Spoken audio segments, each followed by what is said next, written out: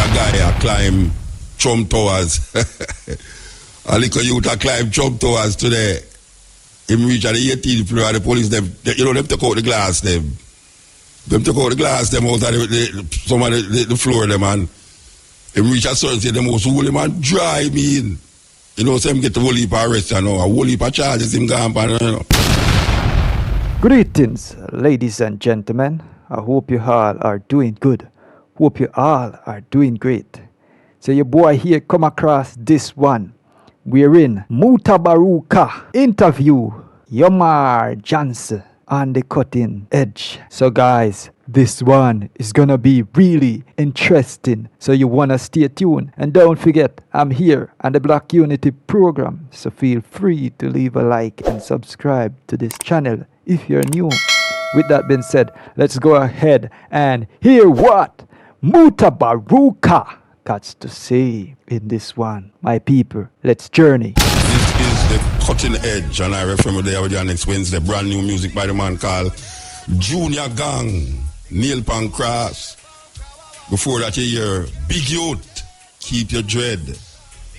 You know, so Big Youth was one of the first Rasta DJ where start to project Rastafari on record. Yes? Yeah, man, him did it. Him used to him come out as a DJ where a Rastafari him project in our music them. You know, most of the other DJ them before him used to deal with like slangs and jive and thing, you know. Them way there, but Big Youth come out with Rastafari at the helm of him music. So we're there with you. And next Wednesday, you know, they eat the Brazilian thing and other things. A big thing. Whole heap of things. We see a guy climb Trump Towers. A little youth climb Trump Towers today. Him reach at the 18th floor, the police, them take out the glass, them take out the glass, them out of some of the floor, them, and him reach a certain say, them most hold him and drive me in. You know, so him get the whole heap of arrest, you know, a whole heap of charges, him gone, you know. Same way me, Trump. You can't imagine that. I'm on a climb by the side of a building, 68 floors, you know. Him reach about the 18th floor, you know, a 68th floor. That all Trump building have, you know. And him reach at the 18th floor. So I'm ready for go up on the top. Look here, that settle that. Them dry him off. Once again, we see the thing get hot up again. I don't know how America become a third world country so fast. Believe you me, it's like it take 1 year for America become a third world country. It's the most, I mean, really. So we see some things are going on, you know, where last week we play a tape from England with the brethren where Assange, I think it's Assange's name, who was the head of WikiLeaks. Well, let go some tape that caused whole heap of dismantling at the DNC, Democratic National, and what them call it, the other day, anyway. Once somebody get fired, convention, once somebody get fired, and him declare him have a whole heap more for release. Well, I tell you, say, today, we are watching thing and it's like them release some email. No, I'm not to do with WikiLeaks now. Where I say show Clinton connection, Clinton Foundation connection with big money out there. Well, we don't know all them things already, you know, because we don't know, say, billions of dollars get collected under that Clinton Foundation for go at 80. For go at 80. When the earthquake lick 80 with 300,000 people dead, everybody gathered together to send money, and under the Bill Clinton, not Bill Clinton,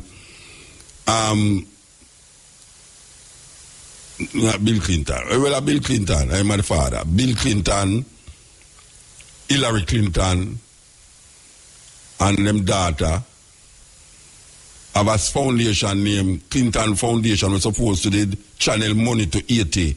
We never reach. And them get billions of dollars. Saudi Arabia is them main contributor. Yes, Saudi Arabia contribute to.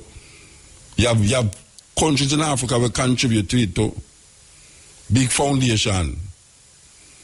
But we see the money kind of channel a different way. Well, me find an interview. I go through channels and find an interview the same brother named Assange, who is the head of WikiLeaks. And the man attack some things there. Would I like play it, but it kind of, me feel like me listen to them. After, when it start reach the juicy part of the thing, they will call like maybe drop asleep.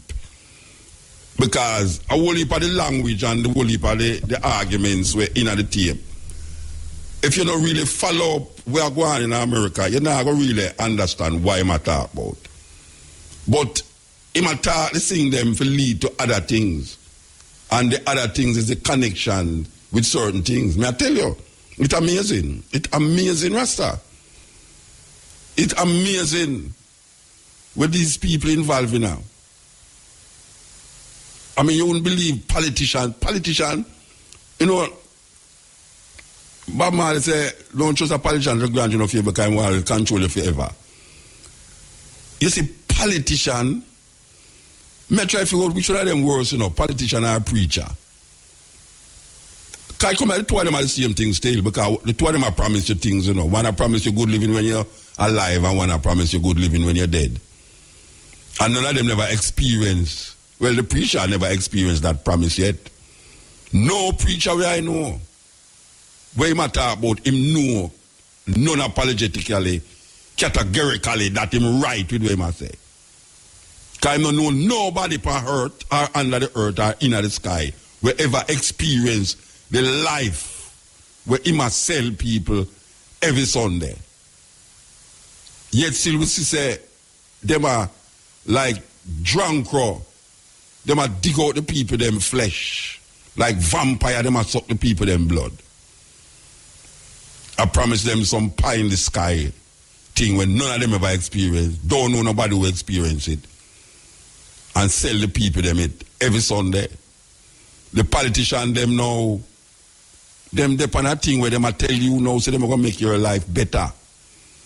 Them a offer your thing because you stand up there here, try Donald Trump and Clinton and all of them. They might tell you American people them where and where them are going to do this and where them are going to do that. The person who shall follow Obama, him did promise the people them to. Bush promised the people them to. You come back at Jamaica, PNP promised the people them, GLP promised the people them. I mean, me try to figure out how can a group of people in a certain sector of the society, we are talking about like church and state, how them can recognize that them really is not really nice. Them not really nice. It's not nice people them.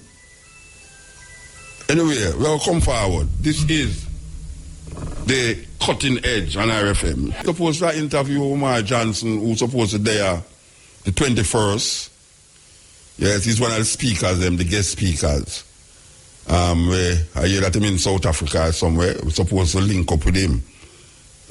Quite a few people call me and ask to play about the Mini Repetant song, Loving You. So, I could see why Umar now call me. Meanwhile, I could give the people them this thing. I really want to play it back for truth, you know. I really want to play it back for truth. Trust me. You think, say, easy. Here's the cutting edge on RFM. You know, say RFM is having its anniversary, Marcus Garvey anniversary, on the 21st of August, right here on the compound of RFM. And we have 3 guest speakers this year, plus different things that we never usually have. 3 main guest speakers, okay. One of the main speakers is Omar Johnson. He will be here on the 21st, and we have him online here. Blessed? Blessed, Brother Muta. Oh, you know, man? Blessed. All is well, my brother. Glad to hear your voice. Well, I know to say you're going all over the place. You're from the west coast to the east, south coast of Africa here. I mean, what's happening there? Well, Black America is under siege. As you know, we're dealing with police genocide on a level we haven't seen in probably about 60, 80 years. Yeah. And so African Americans right now are really scrambling for solutions. Many of them don't want to accept the fact that America has never really been interested in having the black man and woman in this country. Yeah. Many of them have been duped by the whole Obama facade, and now many of them are beginning to wake up to the realities of what the Honorable Marcus Messiah Garvey taught in Pan-Africanism and, of course, repatriation. All right, we see today the DOJ, that's what them call themselves, the Department of Justice, come down upon the Baltimore police force and say them is racist. This is the federal government now will label them police in Baltimore as racist, which black people they don't see that already. And how you think that are going to pan out now, given the atmosphere we are going now? How you think that going to pan out? You think say there could be a better police force in Baltimore, given that Baltimore have a very large amount of African people, eh? Oh, without a doubt. Baltimore is one of the chocolate cities. We often refer to Washington, D.C.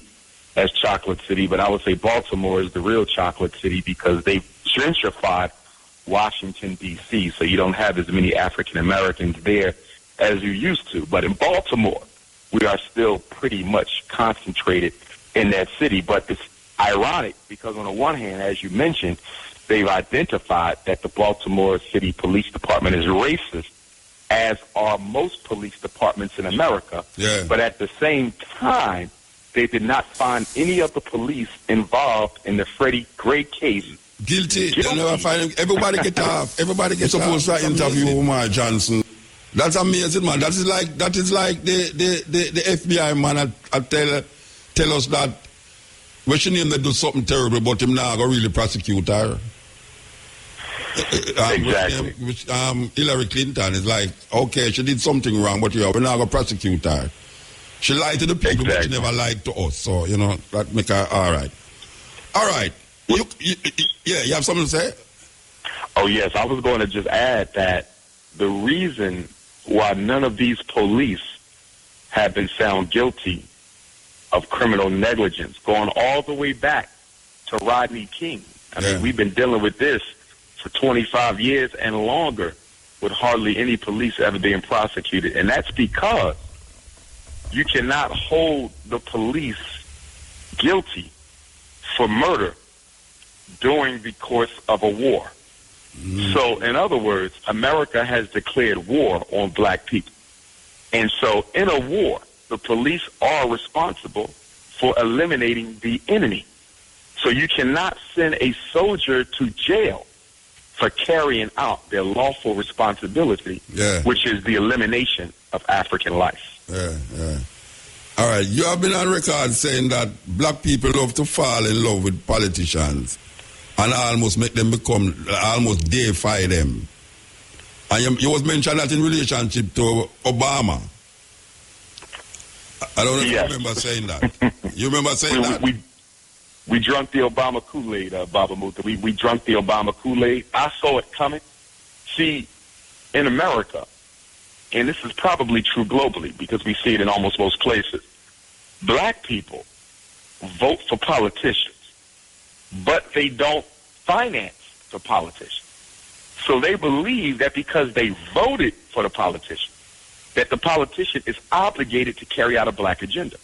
But what they fail to realize, if you don't finance the politician, if you don't keep them politically, financially honest, if they are being financed by white money, if Obama is being put in office by the white Democratic Party's money, no matter how many black votes he got, he's going to be loyal to the hand that paid for his success, which means that one of the reasons that we find so much corruption and negligence of black people by black politicians is because the average black politician is put in office on white finance campaign money. Until that changes, until we start financing our own candidates every black politician will always betray his people and always abandon the black agenda until black people wake up to the reality that voting is not as important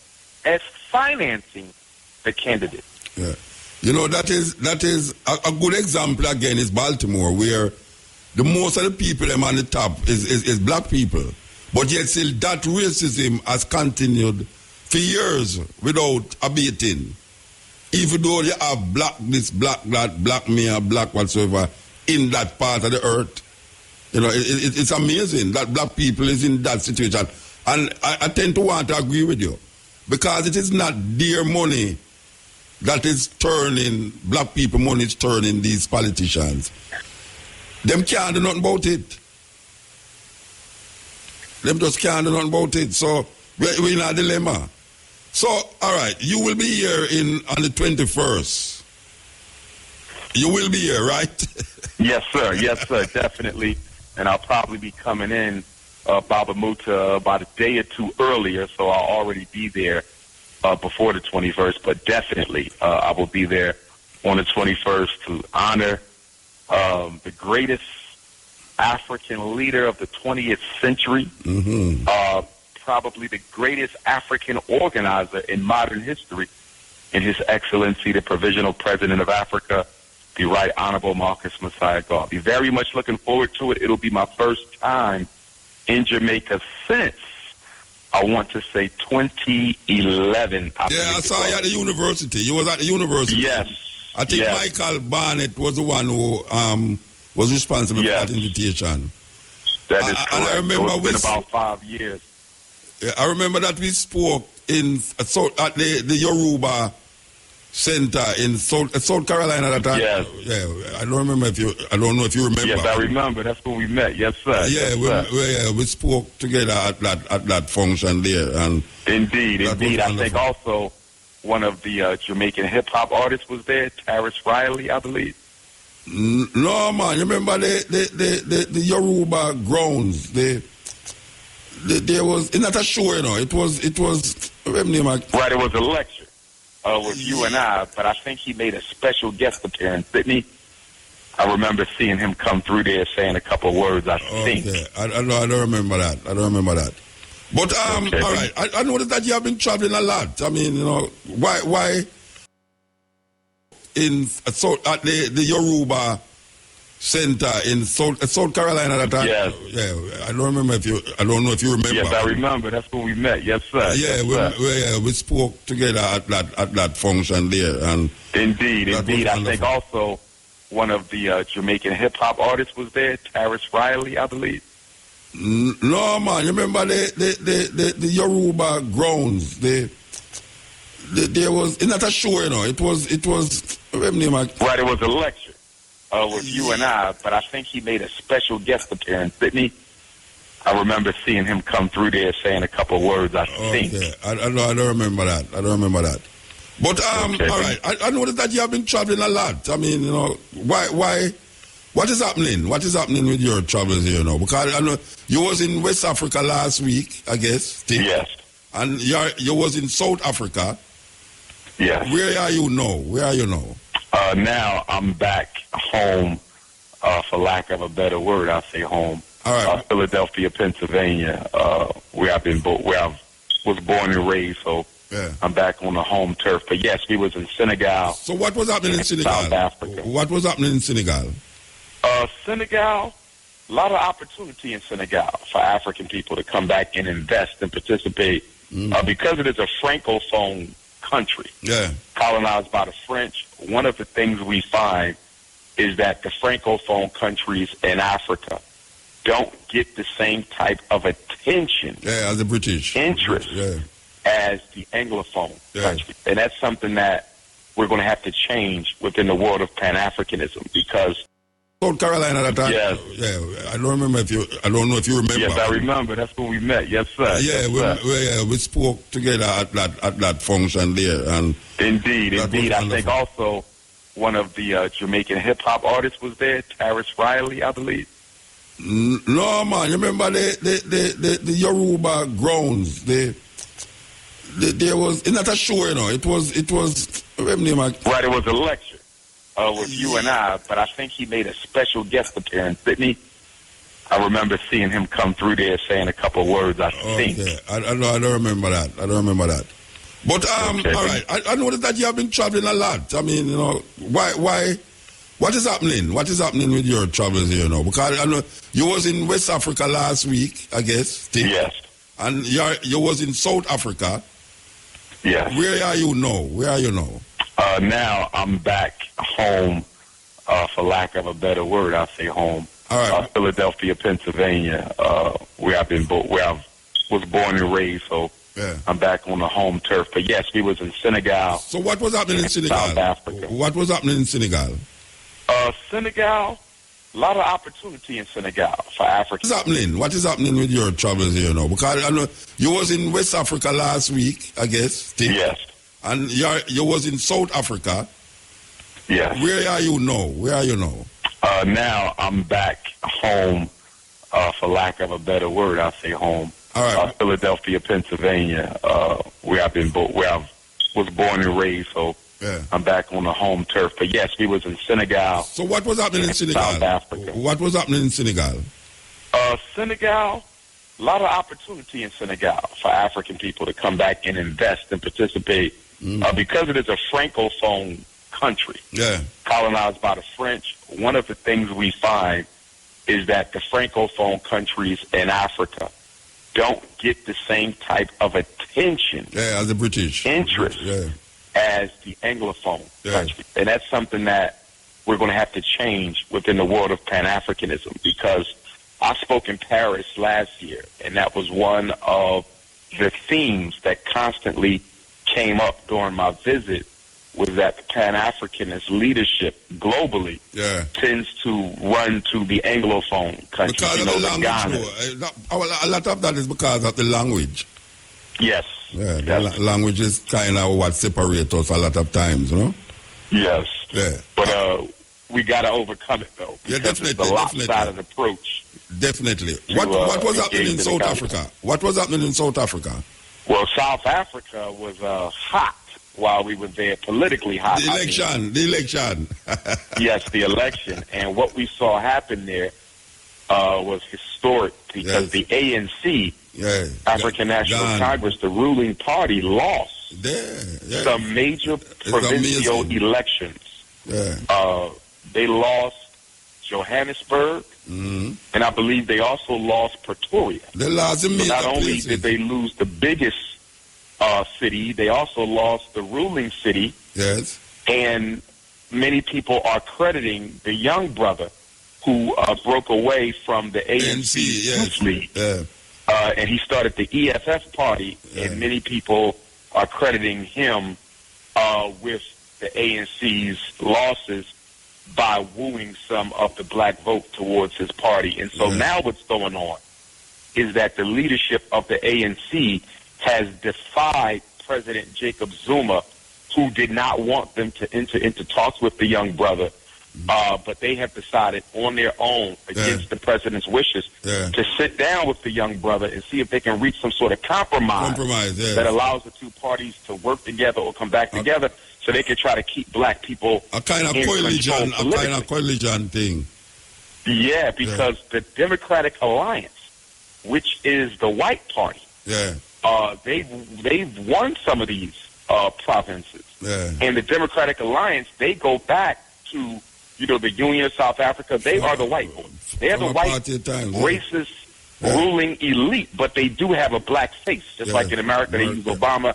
Democratic Alliance, they got a black guy who they are using as their puppet. Yeah. And so something better happen soon, because the way it's looking is that in the next 10 years, white folks will be back in charge of South Africa politically. Well, it's not far. It's not far at all. I don't really like hear what Winnie Mandela have to say about all of this, And I really love hear what she have to say about it, because I know she was very skeptical about the direction the ANC was going after Mandela. She was very skeptical Yes. about it. That is why Yes. she was ostracized so much. Even after Mandela, she was very ostracized. I think she's a Yes, she persona non grata right now in America and Canada, if I'm not mistaken. You know, she's not very allowed to true. go there, you know. And in fact, one of the things I respect, that I have to respect about President Jacob Zuma, although I disagree with a lot of what he's done or hasn't done politically and economically, he was the first president of the three democratically elected presidents, President Mandela and President Mbeki being the previous two. He was the first one to really give Winnie Mandela the type of respect that she was entitled to as mother of the nation. President Mandela and President Mbeki really didn't give her much honor at all, but President Zuma saw to it that, you know, she had her own living quarters, her own security, her own escort. You know, it's not the best arrangement, but he did give her a degree, I respect, you know, of executive recognition. So I respect him for doing that. But going back to your point about the ANC, one of the reasons that they lost, in addition to the formation of the EFF and a young charismatic brother and what he's been able to do, is, as you stated or alluded to, they've become very conservative since taking over the government. In fact, the ANC, in many respects, has almost went 360 degrees. Yes. In the way they approach totalitarianism, structural inequality, bias, and disproportionality. And it started from the release. South Africa don't think they're doing nothing for them, Baba Mutha. They see them as neo-colonialist puppets. Now, I wouldn't agree with that totally, but that is the sentiment in South Africa right now. And it started from the release of Nelson Mandela from prison. As he become the president, that is when it started. A lot of it. I don't know if you agree with that, but that's what I agree. I agree. I definitely agree. Nelson Mandela, just like Obama, pacified the revolution and the spirit to rise up of black people, both in South Africa and in America. Black people's spirit was left domiciled because of these two leaders. Yeah. And what a lot of people don't understand is that right before the elections in '94 in South Africa, the white ruling elite had Chris Hani assassinated. Yes. Yeah. Just before the elections, because Chris Hani did not agree with the negotiations and the way in which they were going. Yes. And because he was president of Umkhonto we Sizwe, the military wing of the ANC, he was prepared to organize his troops again and go back to fighting against the white ruling elite until they came to the table with a proposition that was more accepting and beneficial to the black masses of South Africa. And once he made that declaration, they had him murdered because they felt that they could negotiate with Mandela, but they could not negotiate with Chris Hani. And that also explains why Robert Sobukwe, while they were in prison in Robben Island, he was the only political prisoner who was separated from the others. Mandela and the others were allowed to interact with each other, but Robert Sobukwe was kept totally separate from everyone. And that was because they feared that Robert Sobukwe, if he was allowed to stay around Mandela, he would have influenced Mandela to go hardcore Pan-African nationalism versus that integrationism that the government ultimately embraced. All right, so, Garveyism, I don't know if you had already prepared what would be your topic in Jamaica at the moment, but I know I'd really like Garveyism synopsis of what you're going to talk about coming here, or you don't prepare that yet? Well, we know that Garveyism is going to be the foundation of the message, but I'm going to link it to the modern day struggles.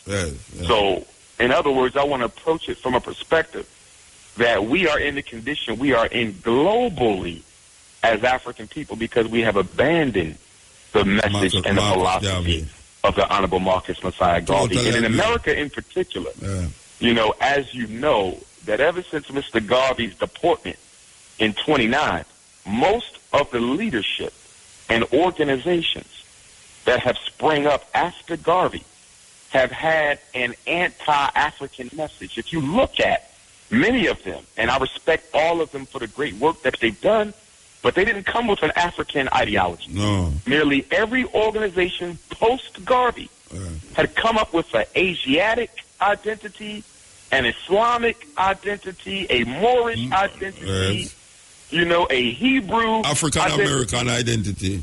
Exactly. But they took us away from Africa for the Africans. Yes. And so it's ironic that going into 2017, we're almost 100 years to the first international convention, and it took a century for black people to really see that Garvey was on the right path all along, and that it's time for us to go back to that path. It's the only solution. If we're going to rise as a race, we must rise together everywhere in the world. I'm going to ask you a two-edged sword question here now. Which one of these two people that run this election you think would be best able to wake up black people out of them slumber if them win the election? Which one of them you think say if them win, black people will realize how weird a situation them find themselves in now? I would prefer that the victor be Donald Trump. Because Donald Trump, see, the Democratic Party likes to manipulate black people into the illusion that of everything's inclusion. okay. Yes. Yes, whenever we get a Democratic president, because we believe that they are the party for black folks, although there's no evidence to that proof. But whenever we get, or any proof to that any evidence to prove that, but whenever we get a Democratic president, we stop fighting because we think they are the party of black folks. Right. So I would prefer a Republican president because Republicans are very honest about the opinion of black people. Very honest. Okay. Donald Trump is an unapologetic racist. And because of that, I think his method of communication is more conducive to waking up black people than Hillary Clinton. However, I do believe that Hillary Clinton will be the victor. And I say that because her husband was already a president. Yes. He's a Bilderberg. And she's a money foundation. She have all the big man behind her. She's the choice. Yes. And with her being a woman, Muta, here's the thing. With her being a woman, I believe that she would be more effective than even President Obama towards coming into Africa, coming into the Caribbean, coming into Central South America, coming into black countries, and seducing the presidents into whatever political, economic scheme the American government wants them to accept. I'm very fearful of how much worse we will be in, how much worse of a condition we will be in if Hillary Clinton is elected, because I really believe that she will be able to use her charm, her charisma, and her feminine energy to get a lot out of Caribbean presidents and African presidents. But we see that already. We see that already over the past 8 years. Well, not even 8 years. Over the past 4 years, with a systematic drive to militarize African soil. Yes. She as a foreign secretary was able to push American military in Africa even much more than Bush himself. And she was responsible. As a matter of fact, she's responsible for the rise of ISIL in Libya and in Syria. No, without question. Yes. In fact, I would argue that ISIS, the Taliban, Al-Qaeda, and half of these so-called terrorists that America is fighting are nothing more than creations of the CIA. Oh, yeah? They have a long history, of course, of creating terrorism to justify their invasion of countries, of countries, so they can go in and colonize and steal the mineral resources under the disguise of making the world safe for democracy. Okay, all right. So you will be here. I see that you will be at the University of the West Indies on the 23rd of August. Okay, I didn't know that, but looking forward to it. Yes. I think You know, Michael Barnett can't have you in a Ocho I don't decide to say about carry your kids to the university. Sorry, at the university in a Montego Bay, sorry. It's Montego Bay. You're going to be at the university in a Montego Bay. Okay. There is a campus of the university I was in is in Montego Bay, the Western Jamaica campus. Gotcha. So you will be there on the 23rd. The man, them plan out everything for you already. You get planned out. Okay. I am glad to hear that, though. Yeah. Glad to hear that. You know, Mr. Small will be here too. Professor Small will be here too. Yes. Bobby Smalls. Yes. Sir. So you're in good company. You're in good company. Definitely. Now, you mentioned 3. Who's the third speaker, Baba Muta? He's the head of the new Black Panther Party. Oh, brother Nzinga. Yes, Nzinga, yes. He's the head of the good brother. Yes, sir. He will be here also. All right. So we're looking forward to seeing you and looking forward to listening to you. I hope that the people them will be appreciative of the effort that IRFM is doing to bring a man like you here to talk to them. You know, because it's very important. It's very important that people grasp what IRFM is trying to do in relationship to bringing speakers like you here for really solidify this Marcus Garvey push. So we give thanks and just anticipating your return to Jamaica. Yes, sir. Thank you, Baba. Thank you. Looking forward to seeing you. Looking forward to getting back on the ground. It's been 5 years, a long time. Long time. Definitely. But I'm looking forward to it. Can't wait for the date to arrive. Give thanks. Give thanks. Bless and love. Yes. That was Omar Johnson. He will be one of the main guest speakers at IRFM annual tribute to Marcus Garvey on the 21st, which is a Sunday, right here in the courtyard of IRFM. And this is partnered with Roots Foundation for IRFM's annual tribute to Marcus Garvey. So we want you to know that is taking place right here on the grounds of IRFM. We continue the journey, because this 21st is a big time, big. It's going to be different from all the other ones them ever keep. Given that we see the team, I don't know if I want to call them team, I'll Tracy involved in the team too, The A team. Spearheaded by the program manager, director of IRFM, Kabumahatiru, featuring Keshima, Shamara, Tony, Samantha, Gavin Naito? No. Oh, you never smoke without fire, That's why Gavin tell me say he want some book for borrow. Them a brainwash him upstairs now. Gavin said, you can't make them some of your kind of book them. I bring one for him and I tell him, so I go and quiz him after I'm done read it. And I'm glad to, is one of the only person I ever hear say he want to borrow a book from me. Something happen. When I hear Gavin say he want to borrow a book from me, something happen, and I feel proud for lending him the book. Very proud, and if you want more, I will lend him it too. Because I never hear nobody don't ask me for borrow a book yet. Never. Yes, so Gavin, enough respect. Still, me not still say it's on the A team still. I'll be a big up there. The A team. It's going to be nice. Looking forward to it too. You know, so we perform long with band already. Whatever go like at the first me about this. IRFM know if it sell things, them come like Hillary Clinton. Come on, know if sell things, Come, hey, you know, so one time they did not sell sunshine in a buckle on a mobile. A tourist in a bite, Come like she used to live on a mobile, She know if sell. She know if sell sunshine in a buckle. Believe you me, when she done, man, you buy not only the buckle of the sunshine, but you ask for all the cloud too. I don't lie, me I tell you. Sometimes I talk to these people, make it so like a joke, more than the biggest joke I know. Me say, You have some man that walk on the beach on a Montego Bay and sell sunshine, Jamaican sunshine at the bottle, and them did that sell it too.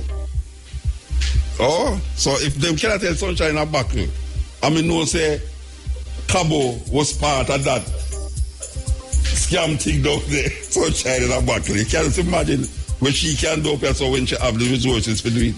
Some serious turn in the earth, you know, that people have to really open their mind now and take a stock. There's a time when we talk about Africa, people look at me like, when I'm mad people, when we want to go Africa, you know, it's pure starvation down there and bang belly pick me and flying at them mouth and all them something there. Come the 21st century, you know, we say Africa is like a centerpiece right now. No matter which continent you depend on, all eyes is on Africa. Because the movement, even though it sometimes look away, is like you can't stop it again. So when we hear like the embassy in Kingston and say, them not take no more application for the rest of the year. Yes, it's true. The embassy of Jamaica say, them not take no more application for the rest of the year because them is overwhelmed with how much people I tell them about say they want to go visit them family in especially New York. Especially New York. Every Jamaican have somebody in New York. If me ask Tracy right now if she have anybody, she will tell me yes. Yes. See there? Yes. So the embassy is overwhelmed. Them say no more applications will be forthcoming unless it's some special thing. Maybe it's an artist, maybe me get away with it. He can go up there and say, boy, I have a show next month. So they will really facilitate that. But people look like they must suffer more now. I don't understand what is happening in Jamaica. Because it couldn't that there's something happening in America where I push that. I think it's something not happening in Jamaica, I push it. It's not something that's happening in America. Especially given the state of the third world move we are going now with America, you know, like America become a third world country.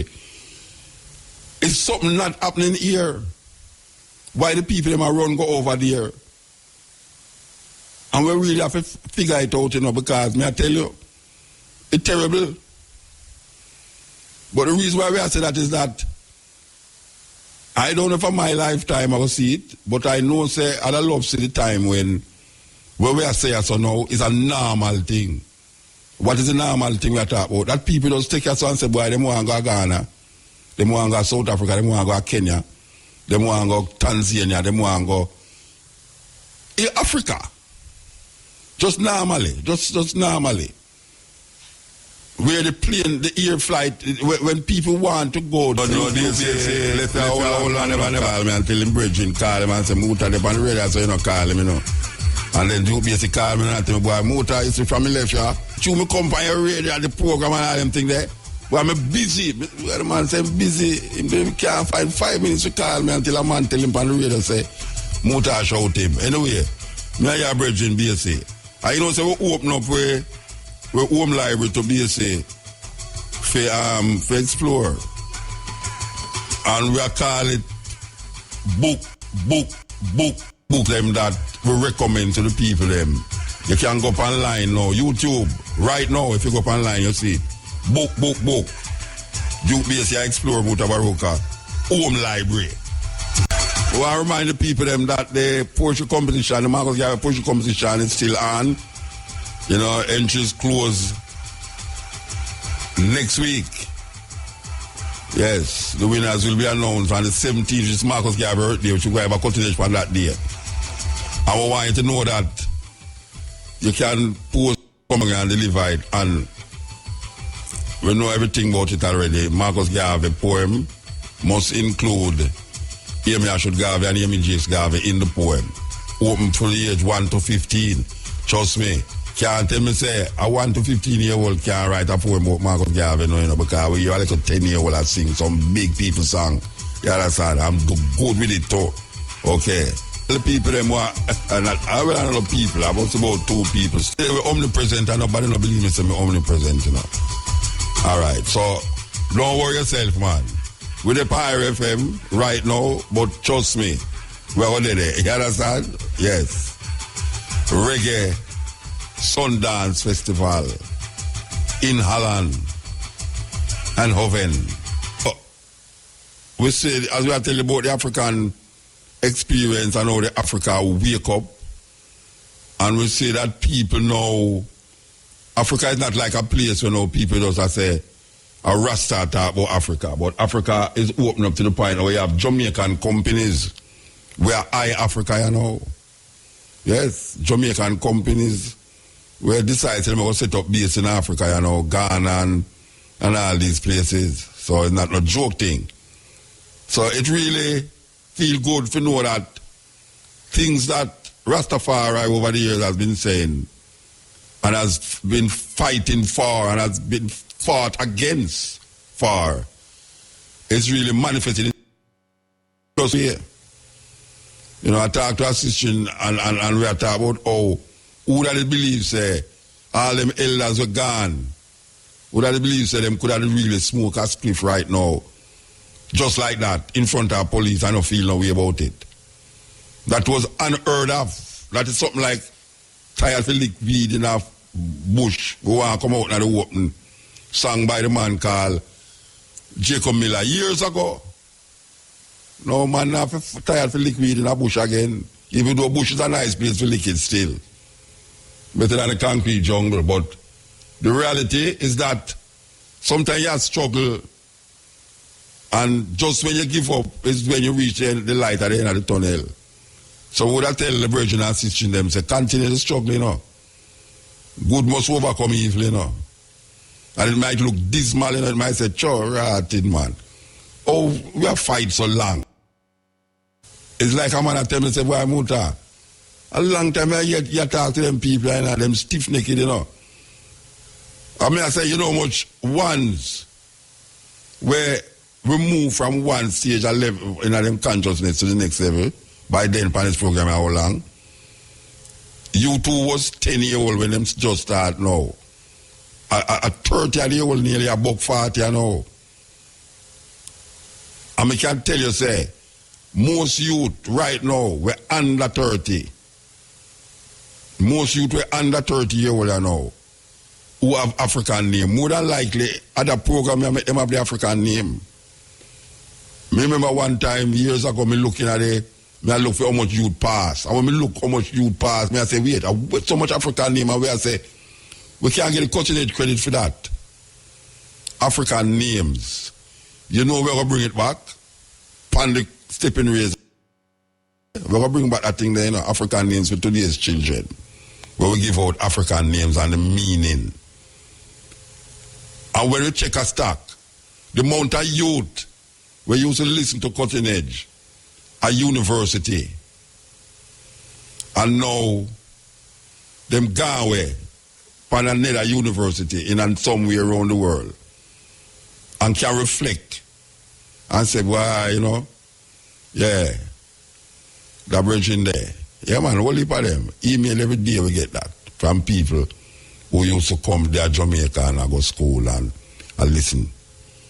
And we're still there. So, we now go make nothing divert we from where we are dealing with. We are going to stand right. If it's even the last man standing, and me that, the last man standing, we're not going to make nothing divert we, you know. Because where we are talking about, and we see a whole heap of the things them, and come to a fulfillment here. Yeah. So we're going to continue the journey and know, say, yes, it's a just cause, it's a liberation cause, it's an African experience, African movement. That we are dealing with. Muta. Blessed man. Where are you, Papa? I'm there, man. Boy. A boy, you gone, man. Eh? A boy, you gone, huh? No, so mean. But I was time saying. Therefore, go eat. But me can't reach a me hungry, me have to go stop side of there, right? Name John Cross. John Crow. Oh, I don't get there? No, me have to go eat screw. The student to the teacher apology. About 2 weeks ago, when they had the Greek and Latin business. Yes. Yeah, but me couldn't get to call back because I realized the first time the New Testament written. Written, yes, but when me the first time when it translate, okay. Latin is the first language it translate into from the Greek. That's why the word Jesus Christ come in it, you know. Yes. Yeah, Jesus Christ never not until it translate to Latin. Yeah. Latin have its what them call etymological origin from Latin. The Jesus Christ. Jesus, come from the origin come from Latin. Yeah, man. Yeah. But here what me I call about an old still. The little mini xylophone repattern. Xylophone should hear. Xylophone repattern, man. Yeah. Hey, listen to me, man. You think you want you first you want me then 2 weeks ago or 3 weeks ago, you know, let me go yet. May I tell you? You understand me? Well, you don't let her go that me carry go to studio go record it. I'm jealous of the say you find. Never find her, man. You go like Columbus sing her work with you know. She did it all the while, you know. She captivate me with the first. Why me I tell you say, hey, she bad. But listen to me now. The show that were Tess and Chin did mash up was the voice. It's still a go on? Yeah. Then link Shaggy and see if Shaggy can put on. No, we don't put her up on that, man. No, man. No, but man, the whole world would have seen them. No, the world I go see her, man. Trust me, the world I go see her, man. She not have to go up on voice with the world. But you know what I say now? See, when I say I go get her at a voice training school, we just get a call from up a slide them studio. Bonnie Brown say, bring her come. Them we train her. So my people, it cuts here. And yeah, I hope you did find this really interesting. And yeah, blessings as always. And I don't know, you can leave an honest comment down in the comment section. And also your own opinion. When you don't know, some me there upon a Black Unity program as well. So feel free to leave a like and subscribe to this channel if you're new. Blessings to each and everyone, and big up to each and everyone. Up until then, adios.